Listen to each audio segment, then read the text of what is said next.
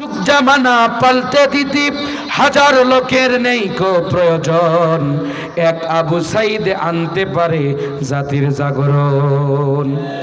রংপুরের জমিনে আবু সাইদ গুলি যখন খেলেন, কে না ঘটনাটা দেখেছেন প্রিয় ভাইয়েরা।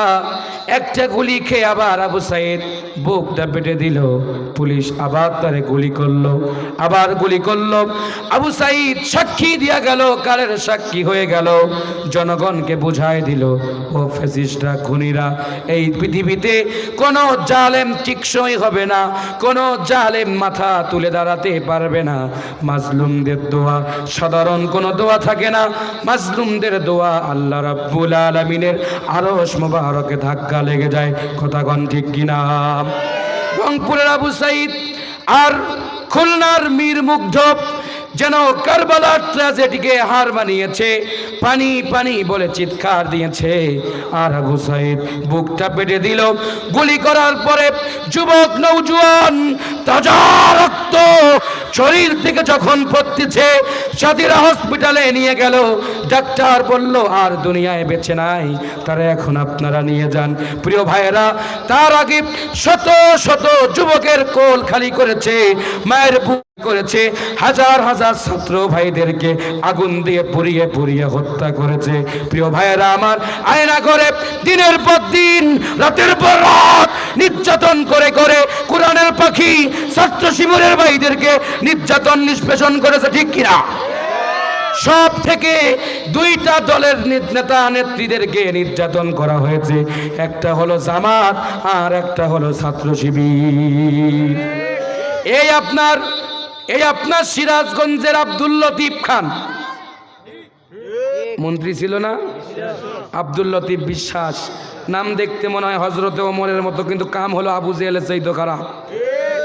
এই আব্দুল লতিফ বিশ্বাস সিরাজগঞ্জের মাটিতে ইসলামী ছাত্র শিবিরের ভাইকে নিজ হাতে রিভলভার দিয়ে AK-47 দিয়ে ক্রস ফায়ার দিয়েছে।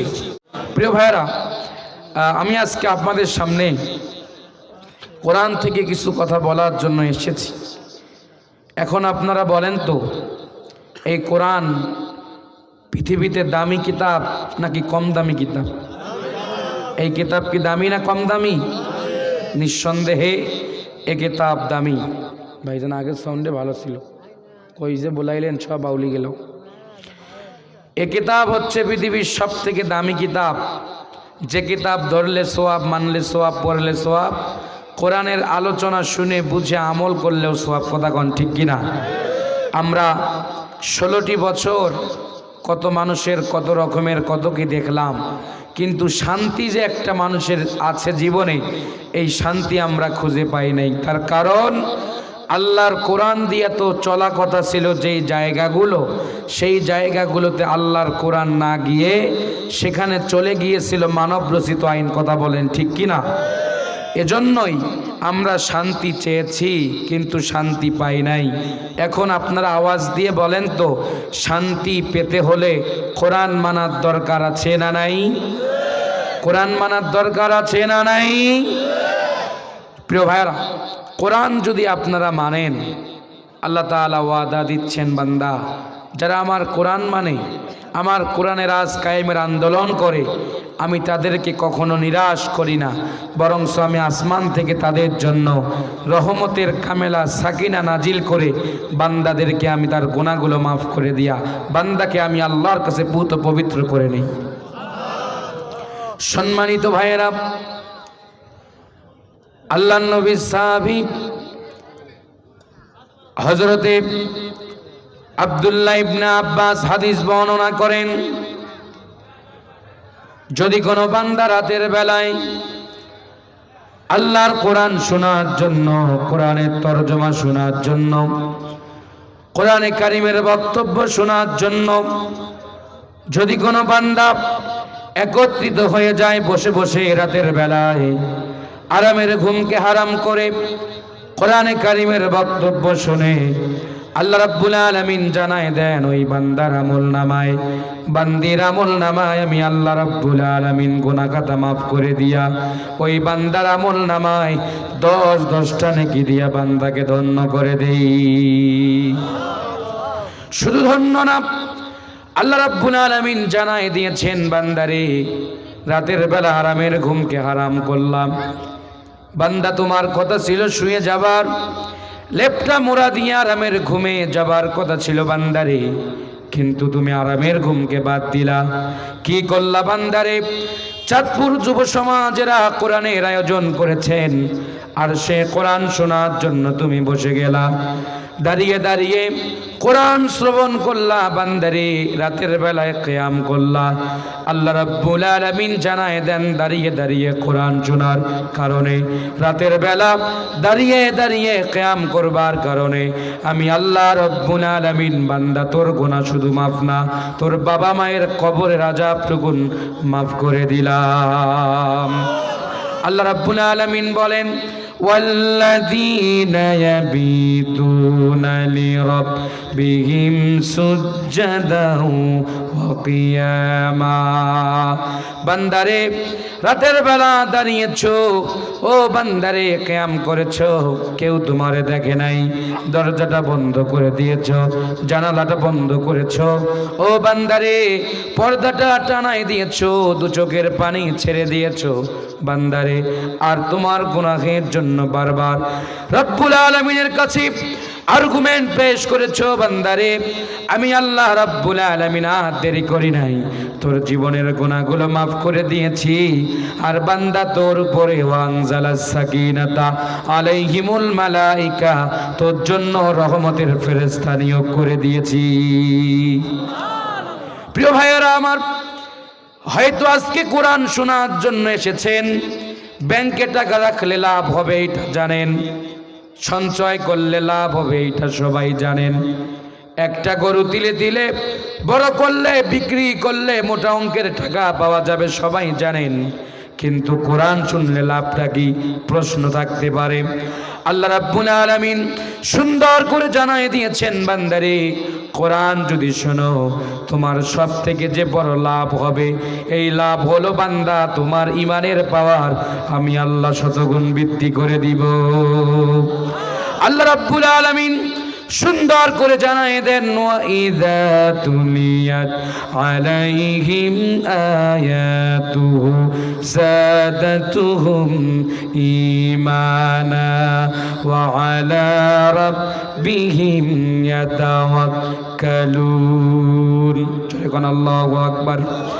আল্লাহ রাব্বুল আলামিন সুন্দর করে জানাই দিলেন বান্দারে, যখন মুমিনের সামনে কোরআন আলোচনা করা হয়, কোরআনের বক্তব্য দেওয়া হয়, কোরআনের দাস পেশ করা হয়, কোরআনে কারিমের আলোচনা ব্যাখ্যা বিশ্লেষণ করা হয়, মুমিন বান্দা ঠিক থাকতে পারে না। কোরআনে কারিম শুনতে গিয়া জান্নাতের কথা আসে, জাহান্নামের কথা আসে বান্দারে, দোজখের কথা আসে, বেহেশতের কথা আসে কি আসে না? ওই সময় যদি মুমিন তার জীবনের ভুলগুলো বুঝতে পারে, মুমিন তার জীবনের ভুল যদি শুধরানোর জন্য কোরআনে কারিমের ছায়াতলে আশ্রয় গ্রহণ করে, আল্লাহ রাব্বুল আলামিন জানায় দেন, মুমিন রে ও আমার বান্দারে, যেই দিন থেকে কোরআন শোনার পরে বান্দা তুমি নিয়াত করেছো আর গুনাহ করব না, জীবনে আর মিথ্যা বলবো না, জীবনে আর পাপ করব না, আল্লাহ রাব্বুল আলামিন এই কথাটিকে কেন্দ্র করে ফেরেশতাকে ডাক দিয়া বলেন, ফেরেশতারে আমার বান্দা দেখ কি ওয়াদা করেছে, আমি আর বান্দার গুনাহ রাখতে চাই না, আমি আমার বান্দার সব গুনাহগুলো মাফ করে দিতে চাই। জোরে কোন সুবহানাল্লাহ। প্রিয় ভাইয়েরা আমার, এমন একটি কিতাব, যেই কিতাব ধরলে সওয়াব, মানলে সওয়াব, যেই কিতাবের আলোচনা শুনলে সওয়াব, যেই কিতাব মানুষকে আলোর পথে নিয়ে আসতে পারে, অন্ধকার থেকে অমানিসা থেকে, জুলুম থেকে জুলুমাত থেকে, এবং কি মানব রচিত আইন থেকে, তন্ত্র মন্ত্র থেকে, যে কিতাব মানুষকে আল্লাহর পথে নিতে পারে, দুনিয়ার কোনো কিতাব না, বাইবেল না, ত্রিপিটক না, বেদ পুরাণ, কল্কি পুরাণ, শাম পুরাণ, বিভিন্ন ধর্মের গ্রন্থের কিতাব না, একমাত্র জাতিকে আল্লাহর দিকে ধাবিত করতে পারে মহাবিশ্বের মহাবিশ্বয় কোরআন। জোরে কোন সুবহানাল্লাহ। আল্লাহ রাব্বুল আলামিন সুন্দর করে জানায় দেন মানুষ শোনো আলিফ লাম র কিতাবুন আনজালনাহু ইলাইকা লিতুখরিজান নাস মিনাজ যুলুমাতি ইলান নূর। আল্লাহ রাব্বুল আলামিন বলছেন আলিফ একটি অক্ষর, লাম একটি অক্ষর, মিম একটি অক্ষর, তিনটা অক্ষর দিয়া একটা বর্ণ তৈরি হয়েছে বান্দারে, যার অর্থ কেউ জানে না। 6টা তাফসিরে এসেছে, তাফসিরে সফওয়াতুত তাফাসির, তাফহিমুল কোরআন ফি জিলালিল কোরআন, মারিফুল কোরআন, তাফসিরে জালালাইনের একটা অংশে কামালাইনে এসেছে, যার অর্থ দুনিয়ার কেউ জানবে না, যার অর্থ পৃথিবীর কোনো মানুষ জানবে না। প্রিয় ভাইয়েরা, যার অর্থ জানেন যিনি আসমান আর মালিক, গো জাহানের মালিক আমার আল্লাহ, যিনি। কথা কন ঠিক কিনা? পৃথিবীতে সব দার্শনিকরা ফেল মেরে গেল, সব বিজ্ঞানীরা ফেল মেরে গেল, এই তিনটা অক্ষর বিশিষ্ট একটা বর্ণ আয়াতের ব্যাখ্যা পর্যন্ত বের করতে পারে নাই। আল্লাহ রাব্বুল আলামিন সুন্দর করে জানাই দিলেন মানুষ শোনো, কিতাবুন আনজালনাহু ইলাইকা লিতুখরিজান নাস মিনাজ যুলুমাতি ইলান নূর। আল্লাহু আকবার। আল্লাহ রাব্বুল আলামিন বলছেন আমি কোরআন নাজিল করেছি বান্দারে, আমি কিতাব নাজিল করেছি যার মধ্যে কোনো সন্দেহ নাই, যার মধ্যে কোনো ভেজাল নাই, যার মধ্যে কোনো ত্রুটি নাই, বিচ্যুতি নাই। একালের কিতাব আর সেকালের কিতাব নয়, 4 বছর আগের কিতাব নয়, 24 সালের পরে সিলেবাস চেঞ্জ হবে এমন কিতাব আমি নাজিল করি নাই বান্দারে। এমন একটি কিতাব আমি এই পৃথিবীতে তোমাদের জন্য অবতরণ করেছি ও বান্দারে। এই কিতাব কখনো পুরাণ হবে না, নকল হবে না। এই কিতাব পৃথিবীবাসীর জন্য আমি রহমত করে পাঠিয়েছি। জোরে কোন সুবহানাল্লাহ। আপনাদের কষ্ট হইতেছে? আমার কথা কি বুঝতেছেন? বোঝা যায়? তাহলে সেই মহান সত্তা বলছেন এমন একটা কিতাব আমি দিলাম বান্দারে, জুলুমাত থেকে, নির্যাতন নিষ্পেষণ থেকে যদি বাঁচতে চাও তাহলে বান্দা কোরআন মানা ছাড়া বিকল্প কোনো রাস্তা নাই। আপনারা সবাই দেখতেছেন এই জায়গায় কি লেখা আছে? লেখা আছে না? এই পাশে লেখা আছে না? এই পেজটাতে কিন্তু সুন্দরভাবে লেখা আছে, এই জায়গায় লেখা নাই। এটা হচ্ছে লেখা, আর এটা লেখা ছাড়া এটা সাদা পেজ। এখন এই পেজে লিখলাম আগুন, পরবর্তী লাইনে লিখলাম পানি। এখন আগুন যদি আমি লিখে আলমারিতে তাকের ভিতরে সুন্দর করে রেখে দেই, কোনোদিন কি আগুন ধরবে? ধরবে? এটা প্র্যাকটিক্যাল করার জন্য আগুনে দিতে হবে। পানি লেখা আছে, এই পানি যদি আমি না ফেলাই দেই যমুনার তীরে, জীবনে কি কাগজটা ভিজবে? ভিজবে না। কারণ লেখা থাকলেই জিনিস ভিজে না, লেখা থাকলেই পুড়ে যায় না। প্রিয় ভাইয়েরা, আল্লাহর কোরআনের সংবিধানের জায়গায় সংবিধান আছে, কিন্তু পাকঘর থেকে পার্লামেন্ট পর্যন্ত আল্লাহর কোরআনের আইন যদি বাস্তবায়ন হতো, প্র্যাকটিক্যাল আমল হতো, এ দেশের 1 ইঞ্চি মাটি চোর বাটপাড়া চুরি করতে পারত না, পারত না, পারত না। কিন্তু আল্লাহর কোরআন আছে, কোরআনের আইন প্র্যাকটিক্যাল করা নাই। হাজী সাহেব মক্কায়, মামলা হয় বাংলায়। কথা কয় না? হাজী সাহেব কবরে, মামলা হয় সিরাজগঞ্জে। অভিযান চলে এনায়েতপুরে, আর আসামি ধরে হলো চাঁদপুরে। কথা কয় না? জন্ম 78-এ আর মামলা সাক্ষী দেয় 71-এ। কথা কয় না? এই 16 বছরে বেগুনের বদল কুমরানি আর খেজুরের বদল বড়াই। সকালবেলা তাহাজ্জুদ, বিকেলবেলা হুজুরের হাতে হ্যান্ডকাপ আর পায়ে ডান্ডা বেরি। কোরআনের হক কথা বললে নদী পার হওয়া যায় না। আগে জেলে দিত, কিছুদিন আগে শুনলাম জেল দিয়ে হয় না, এখন আয়না ঘর বানাইছে। কথা কয় না? তাহলে যারা সকালবেলা তাহাজ্জুদের গান গাইতো, খেজুরের বদল বড়াই খাওয়ার পারমিশন দিত, শুকনা মরিচ পানিতে দিয়ে তাজা করার পরামর্শ দিত। তারাই আবার সকালবেলা আলেমদেরকে ধরে টসা ছেলে গিয়ে নিয়ে ডাইল আর ভাত খাওয়ার পরে এই সত্য বুঝাই দিত যে আমার পক্ষে থাকলে যা চাও তাই দিব, যদি একটা কোনো কথা বলো তাহলে অস্তিত্ব থাকবে না। আর গোটা দেশটাকে মুসলমানদের রক্ত চিবে খেয়ে গোটা দেশটাকে নমরুদের দেশ বানার পরিকল্পনা করেছিল। উপজেলায় ছবি, ইউনিয়নে ছবি, বিভাগে ছবি, সেতুতে ছবি, এয়ারপোর্টে ছবি, স্টিমারের উপরে ছবি আর ছবি, ছবি ছাড়া যেন আর কিছু নাই। আর 2-3 মাস থাকলে দেশটা নমরুদের দেশ হইতো। এই কথা আমরা বললে আমাদের উপর চালাইতো নির্যাতন, নিষ্পেষণ, হামলা, মামলা, রিমান্ড, গুম, খুন। আমরা 16 বছর এক চুল পরিমাণ সরে দাঁড়াইনি। আমরা মরলে এদেশের হুজুরদের মাধ্যমে জানাজার পাওয়ার সম্ভাবনা আছে। আর আপনি এমন জায়গায় গেলেন খালা আম্মা যেখানে ঠাকুর ছাড়া আর কিছু নাই। কথা কয় না? শহরের মানুষ বোঝা যায়। দিল্লিতে সব পাগড়ি পরা ঠাকুর আর অন্য কেউ নাই। কথা কি ঠিক আছে? তো কিছুক্ষণ চলবে আলোচনা। কথা বাস্তব কিনা? আল্লামা সাইদি বলেছিলেন 16 কোটি দিনারা দিবে, মামু বাড়ি দিল্লি গিয়া পড়বা। ঠিক একে A+B² সূত্র অনুযায়ী ঠিক মামু বাড়ি দিল্লি গেছে, কোথাও তার জায়গা হয় নাই। সম্মানিত ভাইয়েরা, তাহলে কোরআন আছে, কোরআনের আইন চালু নাই। কোরআন আছে, কোরআনের আইন আজ পাকঘর থেকে নিয়ে পার্লামেন্ট পর্যন্ত যদি আল্লাহর কোরআনের আইন থাকতো, আল্লাহর কোরআন দিয়া যদি সমাজ চলতো, রাষ্ট্র চলতো, আল্লাহর কোরআন দিয়া যদি সব কিছু হতো, এই বাংলাদেশে একটা চোর বাটপারও বুকের বোতাম খুলে ঘুরতে পারতো না। কোরআনের আইন নাই, কোরআনের শাসন নাই, কোরআনের বিধান সমাজে প্রতিষ্ঠিত নাই।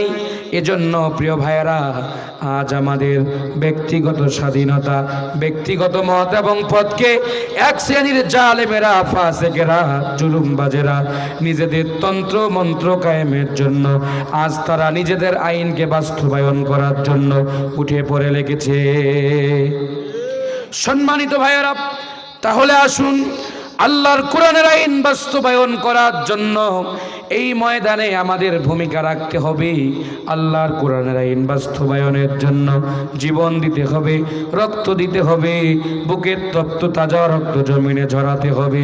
তার দৃষ্টান্ত হলো হাজার নয়, লক্ষ নয়, যুগ জামানা পাল্টে দিতে হাজার লোকের নেই কো প্রয়োজন, এক আবু সাইদ আনতে পারে জাতির জাগরণ। রংপুরের জমিনে আবু সাইদ গুলি যখন খেলেন, কে না ঘটনাটা দেখেছেন প্রিয় ভাইয়েরা? একটা গুলি খেয়ে আবার আবু সাইদ বুকটা পেটে দিল, পুলিশ আবার তারে গুলি করলো, আবার গুলি করলো। আবু সাইদ সাক্ষী দিয়া গেল, কালের সাক্ষী হয়ে গেল, জনগণকে বুঝাই দিল, ও ফ্যাসিস্টরা, খুনিরা, এই পৃথিবীতে কোনো জালেম টিকসই হবে না, কোনো জালেম মাথা তুলে দাঁড়াতে পারবে না। মাজলুমদের দোয়া সাধারণ কোনো দোয়া থাকে না, মাজলুমদের দোয়া আল্লাহ রাব্বুল আলামিনের আরশ মুবারকে ধাক্কা লেগে যায়। কথাগণ ঠিক কিনা? রংপুরের আবু সাইদ আর খুলনার মীর মুগ্ধ যেন কারবালার ট্র্যাজেডিকে হার মানিয়েছে, পানি পানি বলে চিৎকার দিয়েছে। আর আবু সাইদ বুকটা পেটে দিল। গুলি করার পরে যুবক নওজোয়ান তাজা রক্ত শরীর থেকে যখন পড়তেছে, সাথীরা হসপিটালে নিয়ে গেল। ডাক্তার বলল আর দুনিয়ায় বেঁচে নাই, তারা এখন আপনারা নিয়ে যান। প্রিয় ভাইয়েরা, তার আগে শত শত যুবকের কোল খালি করেছে, মায়ের বুক করেছে, হাজার হাজার ছাত্র ভাইদেরকে আগুন দিয়ে পুড়িয়ে পুড়িয়ে হত্যা করেছে। প্রিয় ভাইয়েরা আমার, আয়না করে দিনের পর দিন, রাতের পর রাত নির্যাতন করে করে কোরআনের পাখি ছাত্র শিবিরের ভাইদেরকে নির্যাতন নিষ্পেষণ করেছে। ঠিক কিনা?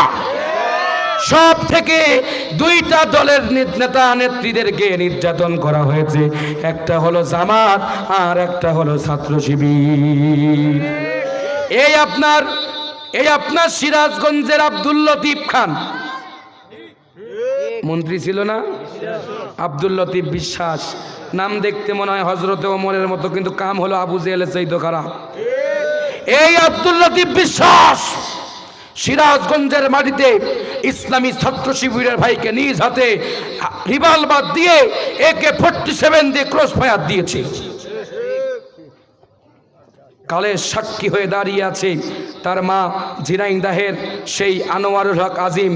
আমি যখন মাহফিলে গেলাম, এ বেটা আমাকে মাহফিলে উঠতে দেয় নাই, আমাকে ওপেন ঘরে গিয়ে বলে, আপনি তো শিবিরের বক্তা, আপনাকে মাহফিল করতে দিব না, আপনি চলে যান।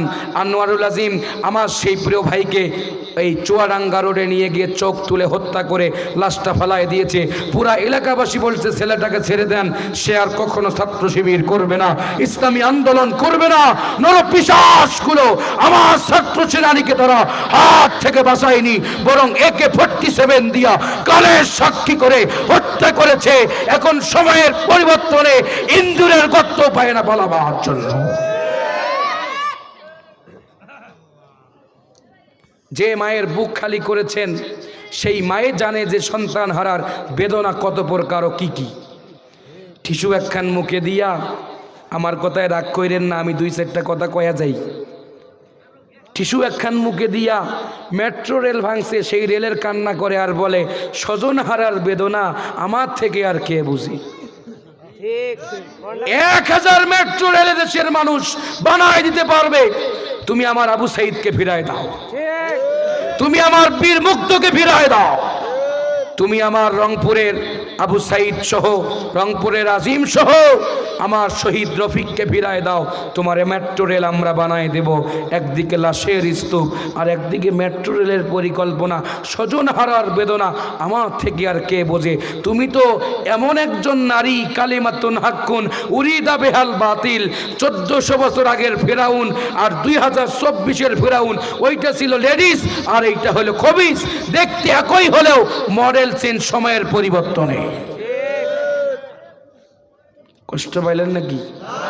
হালকা একটু আপনাদেরকে থেরাপি দিলাম, না দিলে বলবেন যে হুজুর কিছুই বলল না। আলহামদুলিল্লাহ এদেশে যত পরিমাণ তাফসির হচ্ছে, সব থেকে ইতিহাস রেকর্ড সিরাজগঞ্জ জেলায় আর পাবনায় যে পরিমাণ মাহফিল হয়, 64টা জেলায় এত পরিমাণ মাহফিল হয় না। হ্যাঁ, ব্যাপক মাহফিল। আর আলহামদুলিল্লাহ বাংলাদেশের সব বক্তা যখন শোনে যে সিরাজগঞ্জ থেকে ফোন দিছি, বক্তারা আগে দাওয়াতটা নিতে চায় কি জন্য জানেন? যমুনার টাটকা মাছ খাওয়ার জন্য। কথা কন না গায়ে? প্রিয় ভাইয়েরা আমার, খুব মনোযোগ দেন। তাহলে কোরআন আছে, কোরআনের আইন নাই। কোরআন আছে পাতায়, কোরআন আছে ঘরে, কোরআন আছে মসজিদে, কিন্তু কোরআনের আইন বাস্তবায়ন নাই। কোরআনের আইন যদি এই সমাজে বাস্তবায়ন হয়ে যায়, প্রিয় ভাইয়েরা আমার, আল্লাহ রাব্বুল আলামিন সুন্দর করে জানায় দেন, মানুষ কোরআন যদি বাস্তবায়ন হয়ে যায়, ওয়ালাউ আন্না আহলাল কুরা আমানু ওয়াত্তাকাউ লাফাতাহনা আলাইহিম বারাকাতিম মিনাস সামাই ওয়াল আরদ। জোরে কোন আল্লাহু আকবার। কোরআন যদি সমাজে প্রতিষ্ঠিত হয়ে যায়, কোরআনের আইন যদি বাস্তবায়ন হয়ে যায়, আর জনপদের মানুষেরা যদি আল্লাহর কোরআন মানে, আমানু ওয়াত্তাকাউ, ঈমান আনে, আল্লাহ রাব্বুল আলামিন জানায় দেন লাফাতাহনা আলাইহিম, আমি আল্লাহ রাব্বুল আলামিন ওই জনপদের মানুষের উপরে আসমান আর জমিনের বরকতের দরজা খুলে দিয়া ওই বান্দা বান্দির উপরে, ওই রাষ্ট্রের মানুষের উপরে আমি আল্লাহ রাব্বুল আলামিন সাকিনা নাজিল করব। জোরে কোন সুবহানাল্লাহ। ভাইয়েরা আমার, ছোট্ট একটি দৃষ্টান্ত দিলে বুঝতে পারবেন। আফগানিস্তানের যেই মানুষদেরকে আমরা দিনের পর দিন গালি দিয়েছি, তালেবান বলে বলে গালি দিয়েছি, আজ তালেবানেরা হাত দিলেন, পা দিলেন, নিজের জীবনকে, পরিবারকে উৎসর্গ করলেন। সেই তালেবানের কয়েকজন মুজাহিদেরা রক্তের বিনিময়ে, শাহাদাতের নাজরানার বিনিময়ে যে আফগানিস্তানের মানুষদেরকে কিছু সংখ্যক মানুষ গালি দিত, আজকে সেই আফগানিস্তানের মানুষেরা রক্ত আর জীবনের বিনিময়ে ইমারতে ইসলাম কায়েম করেছে। কথা বলেন ঠিক না ব্যাঠিক? যে আফগানিস্তানে গাঁজা চাষ হতো, আফিম চাষ হতো, মদের ব্যবসা হতো, বিভিন্ন খারাপ ব্যবসা হতো। আল্লাহর কোরআন বাস্তবায়ন হবার কারণে পাকঘর থেকে নিয়ে পার্লামেন্ট পর্যন্ত আল্লাহর কোরআন বাস্তবায়ন হবার কারণে সেই আফগানিস্তানে আর এখন অবৈধ ব্যবসা নাই। আফগানিস্তানে এখন ডালিমের চাষ হয়। সুবহানাল্লাহ গণ। প্রমাণ হয়েছে, জরিপ হয়েছে, যেই গাছে 1 কেজি ডালিম ধরতো, কোরআনে কারিমে রাজ কায়েম হয়ে যাবার কারণে 1 কেজির জায়গায় 3 থেকে 4 কেজি, 10 কেজির জায়গায় 20 কেজি দেওয়ার মালিককে। ভাইয়েরা আমার, আজও যদি আল্লাহর কোরআন বাস্তবায়ন হয়ে যায়, আল্লাহর কোরআন দিয়া যদি সমাজ চলে, রাষ্ট্র চলে, প্রিয় ভাইয়েরা আমার, আমাদের সমাজেও শান্তি আসবে কি আসবে না? আল্লাহর কোরআন যদি বাস্তবায়ন হয়, আল্লাহর কোরআন দিয়া যদি বাংলাদেশও চলে, এই দেশের মানুষ জীবন, জান, মাল সব নিরাপদে থাকবে। কেউ কারো জিনিসের উপর হাত দিবে না, কারণ ওই সমাজটা, ওই রাষ্ট্রটা তখন খায়রুল কুরুনি করণিতে হয়ে যাবে, সোনালী সমাজ হয়ে যাবে। জোরে কোন সুবহানাল্লাহ। প্রিয় ভাইরা, যে আফগানিস্তানের মানুষকে আমরা গালি দিতাম, সেই আফগানিস্তানের তালেবান মুজাহিদেরা রক্তের বিনিময়ে, নাজরানা শাহাদাতের বিনিময়ে আজ তারা ইমারতে ইসলাম কায়েম করেছে। কায়েম হবার কারণে সেখানে আর অশান্তি নাই। নারী টাকার বস্তা হাতে নিয়ে হাঁটতেছে, একজন ব্যাংক থেকে টাকা তুলে ওপেন টাকা হাতে নিয়ে ঘুরতেছে, কেউ তার টাকায় হাত দিতে পারে না। একটি মাত্র কারণ, সেখানে আল্লাহর কোরআনের আইন বাস্তবায়ন হয়েছে। আস-সারিকু ওয়াস-সারিকাতি ফাকতাহু আইদিয়াহুমা জাযাআম বিমা কাসাবা নাকালাম মিনাল্লাহ। আমি ডক্টর ইউনূসকে বলতে চাই, যারা এদেশের থেকে টাকা পাচার করে বেগমপাড়ায় বাড়ি বানিয়েছে, আপনি এমনিতেই ক্ষমতায় বসেন নাই, আপনি ছাত্র জনতা রক্তের উপর দিয়া, পা দিয়া ক্ষমতায় বসেছেন। আজ সিদ্ধান্ত নিয়ে আগামীকাল যদি আপনি বাইতুল মুকাররমের সামনে মঞ্চ করে দেশ থেকে পাচার করা টাকা যারা লুণ্ঠন করেছে, একটা একটাকে ধরে যদি বাইতুল মুকাররমের সামনে একটার হাত কাটেন, 24 ঘন্টা লাগবে না, 24 মিনিট লাগবে না, 24 সেকেন্ডে এদেশ থেকে চোর মুক্ত, বাটপার মুক্ত, জেনা মুক্ত, ধর্ষণ মুক্ত সমাজ উপহার পাবে। আওয়াজ দিয়ে কোন কথা ঠিক না বেটি? আরো জোরে কোন ঠিক না বেটি? কিন্তু একটা আইন যদি করা হয়, আইন করবে কারা? বাইতুল মুকাররমের ইমামকে বানাইলাম কত কষ্ট করে, খালা আম্মা পালাবার পরে বাইতুল মুকাররমের ইমামও পালাইছিল। কথা আছে কন না? কারণ দেখতে দেখা যায় হুজুর, কিন্তু হুজুর না, এটা খেজুর। খালা আম্মা পালাইছে ভালো কথা, খালু আপনি পালান কে? আপনি তো নির্দোষ। আপনি পালাইয়া প্রমাণ করছেন যে আপনার টুপিদারি জুব্বা দেখতে মাগুর মাছের বাচ্চা। মাগুর মাছ না ব্যাঙের বাচ্চা? কথা কয় না? কিছু হুজুর ছিল কয় দিনকাল খারাপ, এগুলো বলার দরকার নাই, খালি কবরের ওয়াজ করবেন আর খালি কান্নার ওয়াজ করবেন। হুজুর এখন পরিবেশ খারাপ, ওই হুজুরগুলোকে এখন খুঁজি মোসাফার জন্য ওদেরকেও দেখি না।